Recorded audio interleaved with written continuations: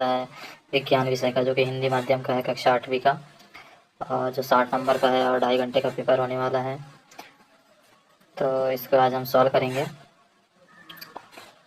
बहुविकल्पीय प्रश्न है जिसमें आपको एक प्रश्न का उत्तर एक देना होता है। सही विकल्प चुनकर उत्तर लिखना है। प्रत्येक प्रश्न के लिए 1 अंक निर्धारित है। चलिए पहला प्रश्न पढ़ते हैं। ईस्ट का उपयोग निम्न के उत्पादन में होता है। ईस्ट का उपयोग किसके उत्पादन में होता है? चीनी के उत्पादन में तो नहीं होता है भाई ईस्ट का उपयोग। ऑक्सीजन के उत्पादन में भी नहीं होता है। हाइड्रोक्लोरिक अम्ल के उत्पादन में भी ईस्ट का उपयोग नहीं होता है। किसके उत्पादन में उपयोग होता है? अल्कोहल के। अल्कोहल यानी शराब। शराब के उत्पादन में किसका उपयोग होता है? ईस्ट का उपयोग होता है। तो इसका राइट आंसर होगा अल्कोहल। आगे बढ़ते हैं। निम्न पदार्थों में से सबसे पहले कौन जलेगा? बताइए, निम्न में से सबसे पहले कौन जलेगा? तो इसमें सबसे पहले जलेगा पेट्रोल। लकड़ी भी लेट जलेगी, टाइम लगेगा आग पकड़ने में। लोहे की छड़ को भी टाइम लगेगा और गत्ते को भी टाइम लगेगा। जितने जल्दी क्या जल जाएगा? पेट्रोल। इसलिए इसका राइट आंसर होगा पेट्रोल। नेक्स्ट है, मैग्नीशियम का रिबन फीता वायु में जलने पर क्या उत्पन्न करता है? मैग्नीशियम के फीते को अगर हम जलाते हैं तो वह क्या उत्पन्न करता है? तो वह उत्पन्न करता है, क्या उत्पन्न करता है? मैग्नीशियम ऑक्साइड, ऊष्मा और प्रकाश। ये ऑप्शन कौन सा वाला है बताइए? मैग्नीशियम ऑक्साइड, ऊष्मा और प्रकाश। कौन सा ऑप्शन है? ये तो नहीं है, ये भी नहीं है, ये वाला सी ऑप्शन है। क्या उत्पन्न करता है? मैग्नीशियम ऑक्साइड, ऊष्मा और प्रकाश उत्पन्न करता है।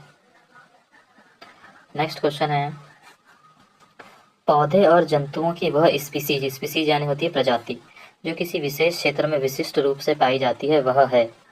क्या है बताइए? विशेष क्षेत्रीय स्पीज। ये वाला नहीं है, ये वाला नहीं है, ये भी नहीं है। क्या है? विशेष क्षेत्रीय स्पीसीज है, विशेष क्षेत्र की प्रजातियां। नेक्स्ट क्वेश्चन है प्रश्न नंबर 5। लैंगिक प्रजनन में भाग लेते हैं। लैंगिक प्रजनन में कौन भाग लेते हैं? बताइए, कौन भाग लेते हैं लैंगिक प्रजनन में? 2 नर जंतु नहीं, 2 मादा जंतु नहीं, इनमें से कोई नहीं, ये भी नहीं। कौन भाग लेते हैं? 1 नर व 1 मादा जंतु भाग लेते हैं। नेक्स्ट प्रश्न है, कास्ट कोयला वायु में जलकर कार्बन डाइऑक्साइड और क्या उत्पन्न करते हैं? Carbon monoxide. क्या आएगा इसमें? और कार्बन, पहले खाली स्थान में प्रश्न नंबर 6 में कार्बन मोनोऑक्साइड,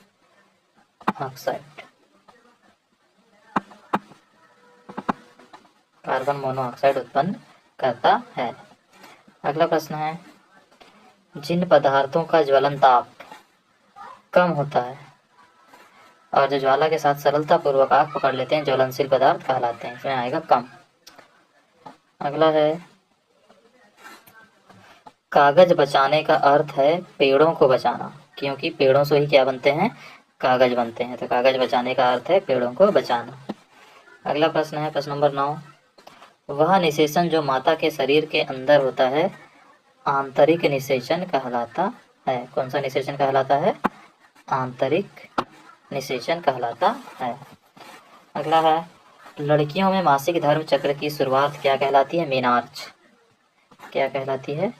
मेनार्च कहलाती है। अगला प्रश्न है प्रश्न नंबर 11। शिशु एवं बच्चों को टीका क्यों लगाया जाता है? शिशु एवं बच्चों को क्यों टीका लगाया जाता है? बताइए।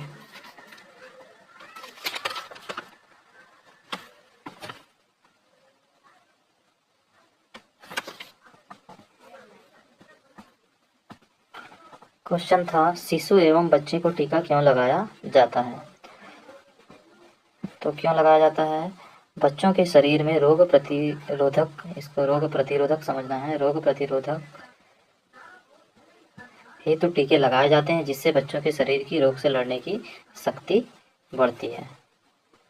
ठीक है, इस प्रकार से आपको लिखना है। अगला प्रश्न है प्रश्न नंबर 12। आपने बहुत अधिक व्यावसायिक महत्व के कारण किसे हमें काला सोना कहते हैं? अपने बहुत अधिक व्यावसायिक महत्व के कारण हमें किसे हम काला सोना कहते हैं? तो किसे कहते हैं? कोयले को। कोयले को हम काला सोना कहते हैं। ठीक है, ये इसका आंसर होगा 12 का। प्रश्न नंबर 13 है, कोयले के प्रक्रमण द्वारा 3 उपयोगी उत्पाद के नाम बताइए। कोयले के प्रक्रमण रोगी द्वारा कोयले के 3 उपयोगी उत्पाद के नाम बताइए। प्रश्न नंबर 13 का आंसर देख लेते हैं।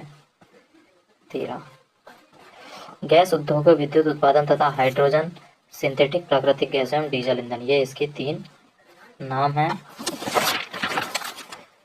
प्रक्रमण द्वारा।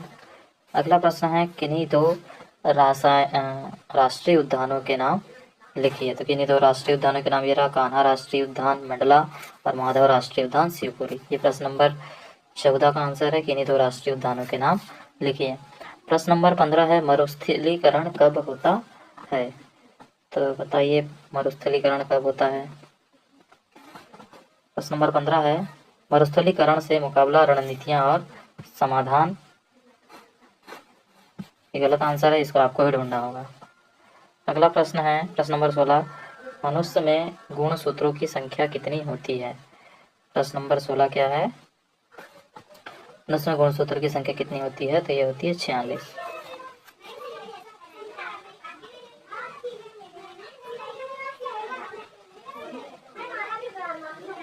46 होते हैं।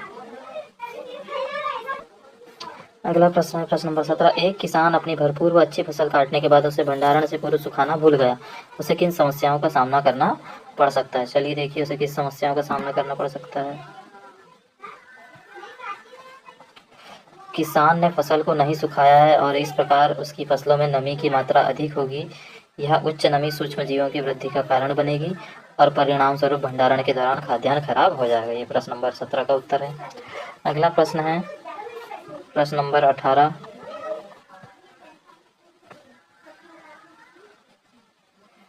प्रश्न नंबर 18 है, रसोई गैस के जलने पर कोई आवाज़ नहीं होती है लेकिन पटाखों की जलने पर तेज आवाज़ होती है, क्यों? इसका आंसर आएगा, पटाखों में बारूद, ये बार तो लिखा हुआ है बारूद भरा होता है, इसलिए तेज आवाज़ आती है पटाखों से। ठीक है। प्रश्न नंबर 19 है, प्रश्न नंबर 19, एक प्रयोग में 405 किलोग्राम ईंधन का पूर्णतः दहन किया गया जिससे 18,000 किलोग्राम की ऊष्मा उत्पन्न हुई। ईंधन का ऊष्मीय मान ज्ञात कीजिए।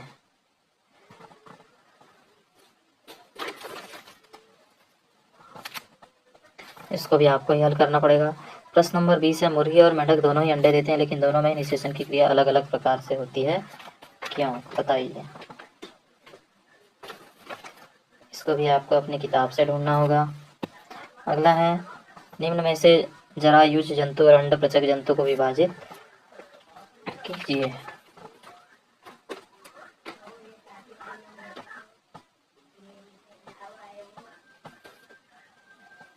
अब जरायुज जंतु और अंडपचक जंतु को विभाजित आप कर सकते हैं, जो अंडे देते हैं और जो डायरेक्ट बच्चे देते हैं। जैसे कि जरायुज में कौन कौन आ जाएगा? जरायुज में आ जाएगा मानव, मुर्गी अंडा देती नहीं आएगा, सांप भी अंडा देता है, बिल्ली आ जाएगा जरायुजू में, कुत्ता आ जाएगा जरायुजू में, चिड़िया अंडा देते हैं, हाथी आ जाएगा जरायुजू में, घोड़ा आ जाएगा जरायुजू में, कौवा, बतख, शुतुरमुर्ग। ये 1 2 3 4 5 जानवर आ जाएंगे जरायुजू में और बाकी आ जाएंगे अंडप्रचक जंतु में। जो अंडे देते हैं और जो डायरेक्ट बच्चे देते हैं वो जरायुजू, जो अंडे देते हैं वो अंडप्रचक जंतु में। अगला प्रश्न है, वायुमंडलीय दाब किसे कहते हैं? वायुमंडलीय दाब किसे कहते हैं, समझाइए। तो वायुमंडलीय दाब किसे कहते हैं? वायु के संपर्क में आने वाली किसी भी सतह के प्रति एकांक क्षेत्रफल पर जो बल लगता है उसे वायुमंडलीय दाब कहते हैं। अगला प्रश्न है, प्रश्न नंबर 23,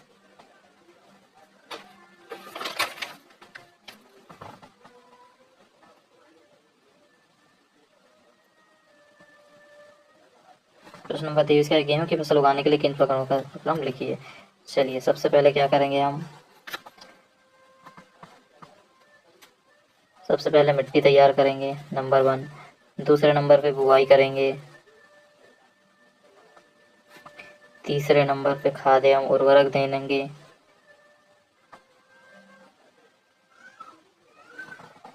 चौथे नंबर पे सिंचाई करेंगे, पांचवें नंबर पे खरपतवार से सुरक्षा करेंगे, छठवें नंबर पे कटाई करेंगे और सातवें नंबर पे गेहूं का भंडारण करेंगे।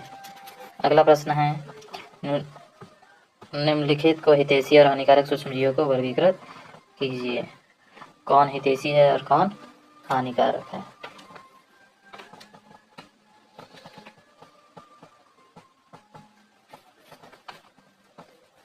अब इसको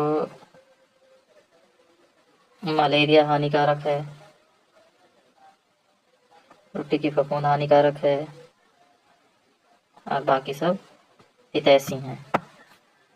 नेक्स्ट है, संतति का लिंग निर्धारण किस प्रकार होता है, विस्तार से समझाइए।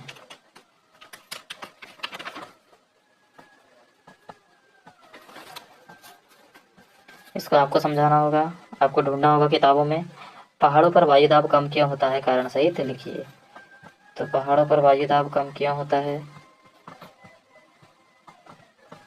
जैसे जैसे ऊंचाई बढ़ती जाती है उस स्तर के ऊपर वायुमंडलीय द्रव्यमान कम होता जाता है, इसलिए बढ़ती ऊंचाई के साथ दबाव घटता जाता है, इसलिए पहाड़ों पर दबाव वायुदाब कम होता जाता है। अगर बच्चों आपको वीडियो पसंद आया हो तो चैनल को सब्सक्राइब और वीडियो को लाइक कर दें, जिससे कि मैं आगे के और पेपर भी आपका पूर्ण रूप से हल करके बता पाऊँ।